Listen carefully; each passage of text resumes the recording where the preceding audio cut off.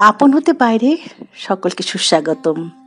আন্তরিক ভালোবাসা, শুভেচ্ছা রইল।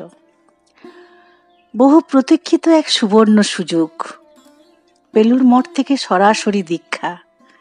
শ্রী শ্রী মা বলেছেন, দীক্ষাতে দেহ শুদ্ধি হয়। তাই বহু প্রতীক্ষিত দীক্ষা দেওয়ার এক সুবর্ণ সুযোগ। বেলুড় মঠ থেকে সরাসরি দীক্ষা হবে। 2020 সাল দেশ ছিল করোনাক্রান্ত। করোনার মরণ কামড় আমরা সবাই ভুক্তভোগী। সে সময় মন্দির, দেবালয়, মঠ সবকিছুই ছিল সর্বসাধারণের জন্য বন্ধ। পরে ধীরে ধীরে স্বাভাবিক অবস্থায় ফিরে এলো। কিন্তু তৎকালীন প্রেসিডেন্ট পূজনীয় স্বামী শরণানন্দজি মহারাজ নানাভাবে বয়সের ভারে বার্ধক্যজনিত রোগে অসুস্থ হতে লাগলেন। তার শারীরিক অসুস্থতার জন্য সরাসরি তার পক্ষে মন্ত্রদীক্ষা দেওয়া সম্ভব হচ্ছিল না।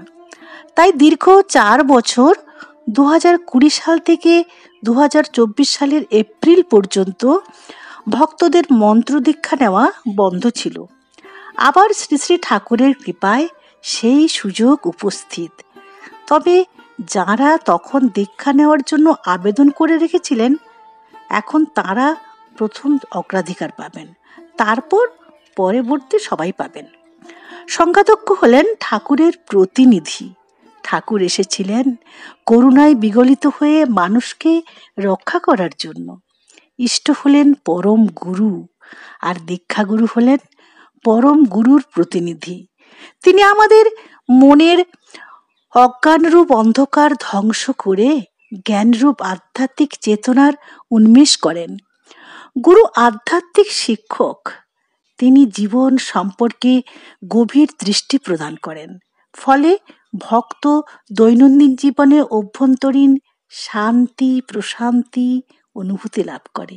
অবশ্য সেজন্য আমাদের কৃতজ্ঞতা, নিষ্ঠা, ভালোবাসার আগ্রহ, আধ্যাত্মিক অনুশীলনের মন থাকতে হবে।